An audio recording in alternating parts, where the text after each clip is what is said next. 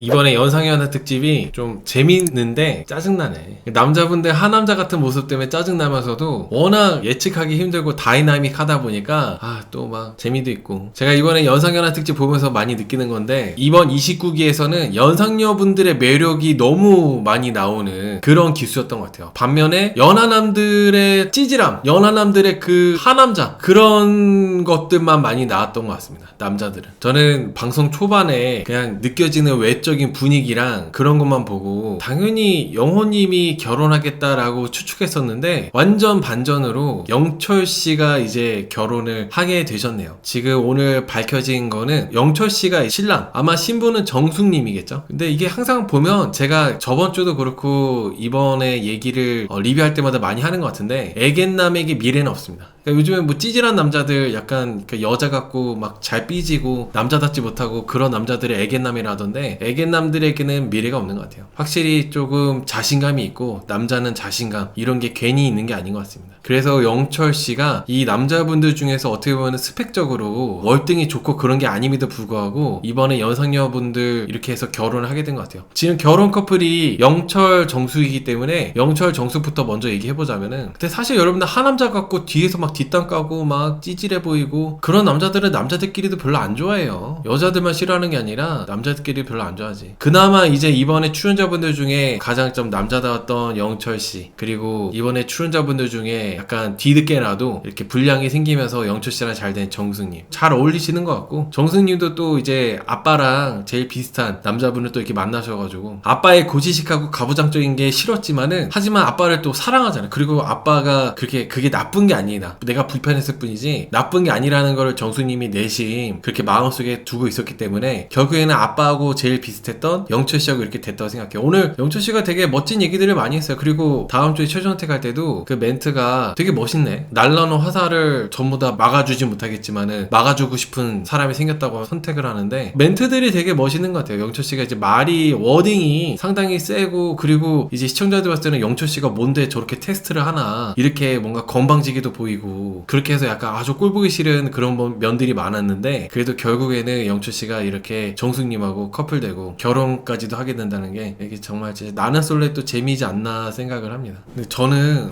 물론 뭐 너무 축하할 일이고, 한 기수 29개에서 이렇게 결혼 커플 나왔다는 게 정말 좋은 일이지만 좀 짜증나는 것도 있어요. 그래서 이번 29기가 되게 재밌으면서도 짜증나. 축하는 드리는데 짜증나. 영철하고 정숙씨가 결혼하신다니까 정말 축하는 드리지만 짜증나는 게 좀 있습니다. 뭐 배 아프다기보다도 영철씨가 오늘도 되게 별로였거든요. 영철씨가 오늘도 막 무슨 뭐 나도 바람 펴봤다 그러고, 물론 영철씨가 일부러 정숙님이 여기까지 했을 때 과연 어떻게 나오나 테스트 한 거긴 했었어요. 원래 영철씨가 그런 사람은 아닌데, 일부러 정숙씨가 내가 이상한 얘기하고 정숙씨 기분 나쁘게 했을 때 정숙님이 이거를 어떻게 대처하는지 보려고 테스트하려고 한 거잖아요. 어쨌든 간에 그런 의도가 있었다 하더라도 되게 뭔가 영철씨가 꼴값이라는 거지. 아까 채팅 보고 하니까 여러분들이 막 영철씨 금수저다, 영철씨 유도시킬 정도라면은 뭐 집안이 좋다 막 얘기하시는데, 집안 좋으면은 테스트해도 돼? 맞아요. 포춘아님 말씀처럼 저의 바램은 옥순하고 상철이 결혼하는 게 저의 바램이었어요. 응원하는 커플이었단 말이야. 근데 이제 정숙님하고 영철씨가 이렇게 결혼 커플이 될지는 상상도 못했지. 칸추님께서 순진한 정숙씨를 잡을 줄이야 상여였다고 하시는데, 그 부분이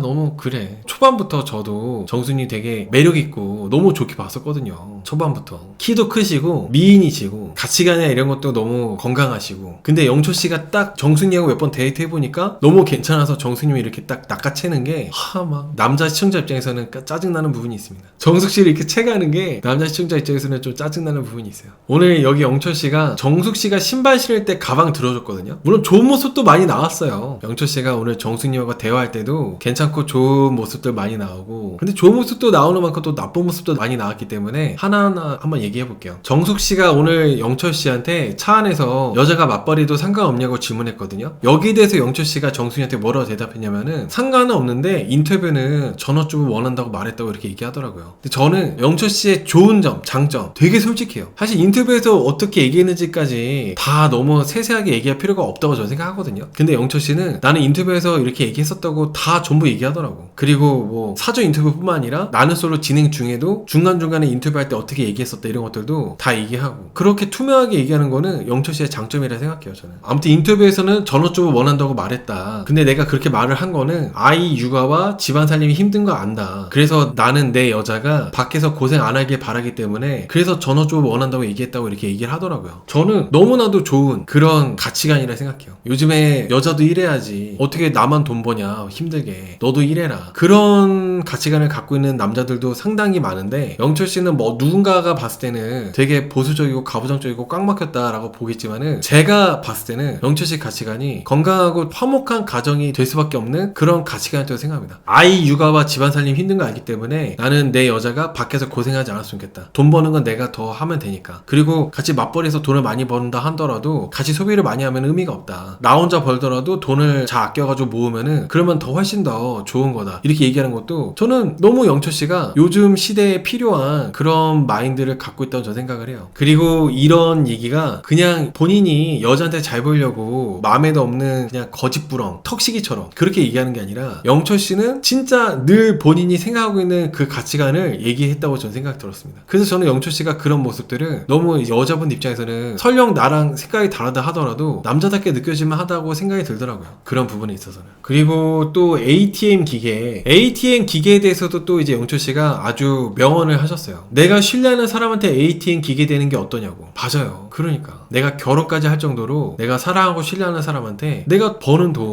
내 가족한테 이렇게 바치고 그런 게 뭐 어때. 돈 버는 이유가 그러려고 돈 버는 거잖아요. 근데 사실 뭔가 요즘 세태라고 해야 되나? 뭐 남자는 뭐 결혼하면 ATM 기계 된다 이런 말하고 하는 거는 결혼 못한 도태된 사람들이 결혼한 사람들을 깎아내리려고 그렇게 만든 용어라고 저는 생각하고 있습니다. 결혼까지 했고 남자가 이제 내가 가장이 됐는데 당연히 내가 버는 돈 내가 써야지 이렇게 생각하는 것 자체가 결혼 처하지 말아야지. 혼자 살다 뒤져야지. 그렇게 생각할 거라면. 그리고 또 1억을 벌면 5천은 와이프 거라고 생각한다. 이런 것도 그냥 단순하게 1억 벌면 나는 5천만 원 와이프한테 줄 거야 이게 아니라 다 이유가 있더라고요. 내가 이렇게 1억을 벌게 되게 된다면은 그 공은 와이프 덕분인 것도 있기 때문에 그래서 와이프한테 5천을 주겠다고 하더라고요. 근데 여러분들 이거 제 유튜브에 시청자들 많이 계시니까 유튜브 많이 보신 분들은 아마 영철 씨가 하는 얘기 듣고 영철 씨 말하는 거 어디서 보고 얘기하는 것 같기도 하다고 생각이 들 수밖에 없는 게 있거든요. 김승호 회장님이라고 아세요 여러분들? 김승호 회장님? 김승호 회장님이 했던 멘트랑 똑같은 멘트긴 해요. 영철님이 했던 멘트가. 내가 돈을 1억을 벌면은 5천은 와이프 몫이다. 왜냐면 내가 와이프 덕분에 그렇게 벌 수 있었기 때문에 내가 버는 돈의 반은 와이프 줘야 된다. 이게 이제 김승호 회장님이 얘기한 거였거든요. 맞아요. 스노폭스 회장님. 스노폭스 회장님이에요. 스노폭스 회장님. 그 멘트랑 영철 씨가 한 얘기랑 똑같아가지고 영철 씨도 김승호 회장님 유튜브 보나? 이런 생각했습니다. 물론 영철 씨가 실제로 그런 마음이 있으니까 정순이한테 그런 얘기를 했겠죠. 이렇게 1억을 벌면 돈을 예를 들어서 1억이든 5천이든 이렇게 벌었을 때 버는 돈의 절반을 와이프한테 주는 거는 저는 그게 맞다 생각해요. 안정적이고 행복한 결혼 생활을 위해서는 그런 뭔가 헌신이 있어야 된다고 생각합니다. 헌신. 전업주부로서의 아내의 역할, 내조받는 거에 대한 역할. 설령 맞벌이라 하더라도 마찬가지로 내 배우자에 대한 존중하는 마음으로 그렇게 하는 게 저는 그렇게 나빠 보이거나 호구처럼 보이지 않았어요. 아무튼 이런 마인드들은 영철 씨가 되게 건강하고 좋은 마인드라 생각합니다. 근데 이제 이런 얘기들에 대해서 정수님이 영철 씨가 이렇게 말하는 걸 다 들었잖아요. 정수님은 들으면 들을수록 아빠랑 똑같은 거야. 아빠가 했던 얘기랑 똑같고. 그리고 이제 그 내조 부분에 대해서도 정수님의 어머니가 내조를 잘해주셔가지고 정수님의 아버지가 승진을 전국에서 제일 첫 번째로 1등으로 했대요. 그런 얘기하면서 영철 씨가 이제 공감대가 형성되더라고요. 이런 것들이 다 어떻게 보면 가정 환경의 영향인 거죠. 다만 이제 영철 씨가 너무 조금 솔직하고 할 말 안 할 말 가려서 안 하다 보니까 정수님이 이제 나는 바람을 안 필 거라는 거 확신한다고 얘기했을 때 그게 이제 바람을 피는 게 상대방의 영혼을 망치는 일이라고 얘기했잖아요. 그 얘기도 영철 씨가 나도 바람을 펴봤기 때문에 정수님이 말하는 거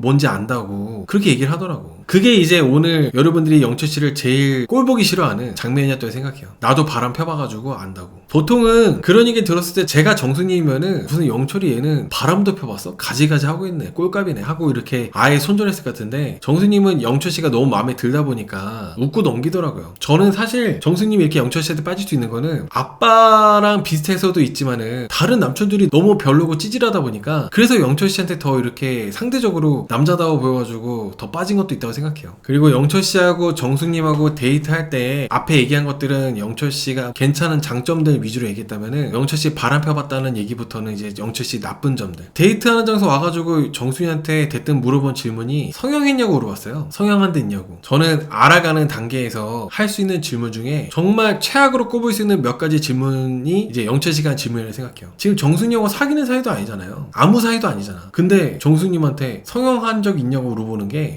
역시 영철 씨가 좋게 보다가도 좋게만 볼 수가 없어. 성형 질문은 좀 관계가 깊어졌을 때 좀 더 연애를 할 때 연애할 때도 솔직히 물어볼 만한 질문은 아니죠. 근데 영철 씨는 그냥 대담하게 정숙이한테 성형 질문하더라고. 영철 씨는 성형한 여자도 아웃이고 명품백 드는 여자도 아웃이고 이게 아웃시키는 게 많잖아요. 그러니까 리뷰하는 제 입장에서는 봤을 때 시청자 입장에서도 봤을 때 영철 씨가 그렇게까지 막 가리면서 여자를 대놓고 테스트할 그럴 만한 남자냐는 거죠. 그런 것들이 너무 꼴불견이고 꼴값이라는 겁니다. 정숙님이 영철씨한테 영철씨도 벤츠 모니까 나도 샤넬백 하나 사달라고 하면 어떡할 거냐고 물어봤거든요. 그러니까 영철씨는 끝까지 사주다는 얘기는 안 하고 달래보고 기다려보고 그러겠다고 하더라고요. 그리고 샤넬백 언젠가 떨어지는데 가격이 떨어질 수도 있기 때문에 그렇게 바로 살 수 없다 막 얘기하는데 사실 안 사준다는 얘기예요. 그거는. 그리고 영철씨가 에르메스도 사줄 마음은 에르메스도 사줄 수 있다고 얘기한 거는 그건 그냥 하는 말이고 샤넬백은 아마 안 사주죠. 안 사줄 겁니다. 여러분 제가 다른 건 몰라도 샤넬백, 에르메스백 이런 것도 있잖아요. 그런 명품백들이 가격이 떨어지긴커녕 미친듯이 오르는 건 알고 있어요. 특히 대한민국에서는 더더욱 오르는 거 알고 있어요. 떨어지지 않을 겁니다. 다른 나라에선 떨어질지 몰라도 대한민국에서는 떨어지지 않을 거예요. 영철이가 명품 착장 사진은 자기인 사고 나면 안 된다 이건가요? 그런 거죠. 제가 이제 저번에 영철씨 그거 블로그 게시글 보고 영철씨가 명품 착장한 거 그런 논란이 있었잖아요. 저는 영철씨는 태어나서 명품 같은 거 아예 관심도 없었고 그런 줄 알았었어. 근데 알고 보니까 영철씨가 여행도 많이 다니셨고 명품도 많이 사고 그랬더라고. 루이비통 신발에다가 몽클레어 패딩에다가 뭐 웬만한 건 다 있더만. 근데 영철씨도 오늘 그런 얘기를 했어요. 자기가 명품 좋아한다는 얘기를 했습니다. 나도 명품 좋아한다고. 나는 내가 버는 돈을 내 스트레스 해소를 위해서 명품 소비를 하거나 그럴 수 있지만은 내가 버는 돈으로 생활하는 여자가 검소해야지. 사치를 부리거나 명품을 사려고 한다거나 그건 절대 안 돼. 그러니까 이런 마인드가 영철씨가 탑재하고 있는 마인드인 것 같아요. 이런 것들은 치명적인 단점인 거죠. 엄청 치명적인 단점이라고 생각해요. 영철씨가 생각하는 절대 안 되는 이혼까지도 생각할 수 있는 그런 여자들의 나쁜 그런 것들은 도박이랑 바람이랑 사치라고 하더라고요. 근데 이게 영철씨가 이렇게까지